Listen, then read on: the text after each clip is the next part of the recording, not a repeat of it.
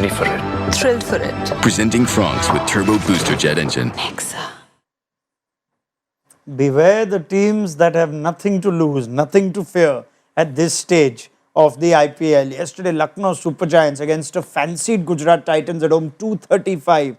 Today, Sunrisers Hyderabad against RCB are also gunning for top spot if they get the 2 points today. Have managed 231. You'd sense advantage SRH then, with Travis Head, Abhishek Sharma and Ishan Kishan all coming to the party. It's some cameos in the middle too.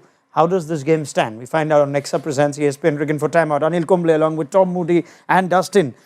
Advantage Sunrisers. I was going to say RCB, but advantage Sunrisers, Anil? Yeah, it is. Yeah. At this stage, yes. 231 is a tall ask, especially the kind of batting that SRH showed. It will require a special effort from RCB with Tim David limping off. Oof. That's not a good sign for RCB. It was a game operating in about 4th to 5th gear almost throughout, Tom? Yeah, it was one of those, if I could put it, sort of modern day T20 onslaughts. We saw a lot of real impact innings. Aniket 26 off 9, you've got Klaasen 24 off 13, and then you've got, the one outlier in Ishan Kishan who absolutely smashed it. What an extraordinary season he's had. He's bookended it perfectly, hasn't he? 100, and then a nice 90 to finish off with. Thank you very much. Oh my God. Story of the innings, Dustin? Yeah, I think the story of the innings was Sunrisers just kept going even when they were losing wickets. They were 72 for 2 in the power play, but then they kept going hard. RCB bowled 6 overs of spin consecutively between just after the power play to the 12th overs, and I think that also went at 12 and over. So they were and they lost wickets, but they were 147 for 4 at the end of 12 overs. And so then they've got 84 of the last 8 as well. Let's talk Kishan. And in some ways, it validates the conversation we were having pre-show. If their number 3 can play a certain innings, even if it's not a 90 every game, suddenly everything else around it just falls into place nicely. What stood out in the Kishan innings for you? I think firstly he's under a lot of pressure going into tonight's game. He would have felt the fact that he has had a poor season, even though he started very well. And we were talking about it, and you can guarantee around the franchise that they're probably talking about, do we keep him, do we retain him, what do we do, how do we go about it? And I think he's just made it very clear today that he's being retained, if there was any doubt. So composure stood out for me, and just his continued braveness to take the game on, and it obviously helped because he had it happening at the other end as well. Yeah, I thought the middle overs where 2 spinners came on, I thought he batted really well. Took the spinners and hit boundaries, and we know his capabilities. I mean, that 100 that he scored in that first game was outstanding. It was just a repetition of that, with a lot missing in the middle phases. But I thought he batted really well. Took the spinners on. I was a bit surprised that RCB kept going with the spinners, Spin, right? Even though it was not like something was happening with spin. Yes, Klaasen got out at the right time for RCB, but after that, it was mayhem. Well, it's interesting because I agree with you. I think they did keep the spin going too long, but what we did see is that Romario Shepherd coming in quite late with the ball, and they haven't trusted Romario Shepherd prior to this, but I think given what they saw, the small sample size tonight, where he picked up 2 for not many, that maybe they need to trust what he can bring to the table in those middle overs, because he is a point of difference. He's got ball speed. He's a little bit different. He has got a good change of pace. So maybe they might rethink going forward using him. Yeah, I think just on the spin, what happened was Suyash was getting hit, but then in that second over, he probably would have been taken off, but he got Klaasen out. And maybe that then convinced the captain, give him 1 more over, but then that 1 over went for, I think, 18 or 19. So, maybe the captain could have gone, okay, you've taken the big wicket, but we still need to pull you back now. Yeah, that was an interesting bit of chess play in that time. So Aniket has just come in. Now, what kind of innings does Aniket Verma play? But they have capitalized on almost every boundary option that was available. Is it still fair to say, in spite of 2-3-1, it's not necessarily the easiest surface? Would you disagree? It's a good surface for batting. I don't think there are demons. I mean, I don't think so. I mean, 231, you could see that the batters were easily hitting the ball. Yes, there were the odd ball when you sort of held the length back a bit. Yeah, I think I'm going more on the Shepherd overs, Anil, and whether their bowling plans can be questioned. Yeah, that's something that, yes, I don't think RCB bowled well. I mean, they would agree that, they could have bowled certainly better. Although 231, they batted really well, but RCB bowled poorly. Although particularly with the new ball, I didn't think they bowled well, but then you've got to give credit to particularly Abhishek Sharma because he just put them under so much pressure and therefore they were searching for what the right length was.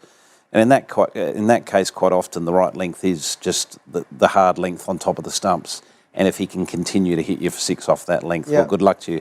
I did sort of feel there was a little bit there with the new ball, so the likes of Cummins will be, quite, keen to get out there and have a look at it with the new ball because I think we'll see in the first few overs a different tale. Yeah, there's a well-designed team to bowl on these surfaces. They've also picked Jaidev Unadkat for a reason. They have Harshal. You see Sunrisers bowling a lot better, perhaps. Yeah, look, absolutely. And that's been their blueprint with regards to how they go about their bowling in Hyderabad with the big boundary square of the wicket. I noticed there is a couple of big pockets at this venue when they put up the graph on the distance to the boundary, and there's a couple of pockets, and you can guarantee that Captain Cummins will be very mindful of that, not only from her own bowling perspective, but making sure he's delivering that message to his troops, making sure we're bowling to those deeper pockets. I wonder if this will also make SRH think about the choice of impact sub. They have Ansari, they have Harsh Dubey, they also have seam options. Will they wait perhaps to see how the game's playing? MI do that sometimes where they just wait to see what kind of bowler you need? Yeah, it depends. I mean, if they have to choose Shami, they'll have to choose now. Right. Otherwise, I don't think he'll come into the game. If you wait it out till the 6 overs, maybe then it could be Dubey or Zishan based on who they prefer. How would you sort of go if you were in? Would you bring on the left-arm spinner who can also bowl in the power play? Yeah, I think left-arm spinner. He's played the last game, so you would give him another go. Harsh Dubey it is then. Dustin, 232 at this ground, even though it's a chasing ground, it seems like it's well above par, doesn't it? Yeah, I mean, it's the kind of total that, how many times has that been chased in IPL in total? Just I think this should be the third highest. Like yesterday we were looking at the numbers. And we've seen the 260 KKR Punjab and the 240 this season. SRH so regardless of ground, that's a very big total to chase. All right, let's get predictions, shall we? And see how this is going. I can tell you forecaster is saying 88% to SRH. Dustin? Yeah, I mean, I'd stick with that. Yeah, I think so. With Tim David possibly not ready. I mean, who knows? The way he went off, unlikely that he can even bat. I don't think he'll be able to run, for sure. Yeah. Even to bat with that kind of injury, I'm not sure. So without him, it's a tall ask. Somebody has to play a blinder in that top 2. It's not like they already have excessive resources because Patidar is going to come in as your impact player. In which case, would that keep Mayank Agarwal at 3? Nothing changes over there. But can you plan for the potential absence of David in any way? About how you go about chasing this? Good luck. No? Because, when you're chasing a big total like that, you need your 6 hitters because you're going to win it with boundaries. So it's one of those things, you look at the total, you forget about the dot ball philosophy, which is, really second hand now. It's an old version of looking at chasing. You look at how many 6s and 4s we need and how we're going to do it. You break it down that way, and if you've lost one of your most prolific 6 hitters with a hamstring. Jeez. Kohli becomes key. Salt, I guess. Yeah, the top three need to do most of the damage. I mean, one of them will have to bat out of the skin. I mean, they need a start partnership, opening partnership to be really, really good, which they have done. Yeah. I mean, Salt and Kohli have put up a good show with the bat. But 230, you need at least 90 or 85 of the first 6. Yeah, the only thing they maybe could look at is promoting Shepherd at some point if they say, 75 of 8 overs or something and a wicket falls and... Roll the dice. Yeah, just because, you have to go at 12s and over in this kind of game, right? Or Krunal Pandya is the only left-hander of... I quite like that. I think it's going to require something quite unique and special. And if you look at your different plans to what that may look like, that Shepherd call is not a bad call. Interesting. Okay, prediction time, Tom? Orange. Anil? Yeah, I think tough for RCB. I think he'll go just on a parting note, how do you see Kohli approaching a chase like this? After batting for so long, it's also a lot that's happened personally and his announcement of retirement and whatnot? No, I think he'll bat his usual self. I don't think he'll look to get these 230. That's the way he's going to bat. He needs to bat long for the rest of the batters to sort of come there and then do the bulk of the boundary hitting. And that's something that I think RCB will want. He'll be thinking in his head, I need to get 100 off 50 balls. Yeah. Close to what Kishan has done here. That's exactly how he'll be thinking. What do I need what I need to program into this incredible sort of cricketing chasing brain, and that's what it is, 100 off 50. All right. Well, the panel still seems to believe it is very much Sunrisers' game. Thank you very much to Dustin, Anil and Tom. Sultan Kohli, with the potential absence of Tim David, but we'll just see what his availability is like. Make sure you're following the game on ESPN Cricinfo.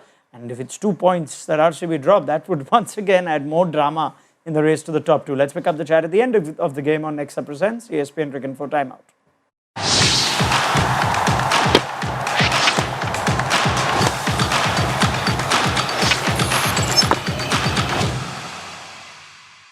Ready for it. Thrilled for it. Presenting France with Turbo Booster Jet Engine. Nexa.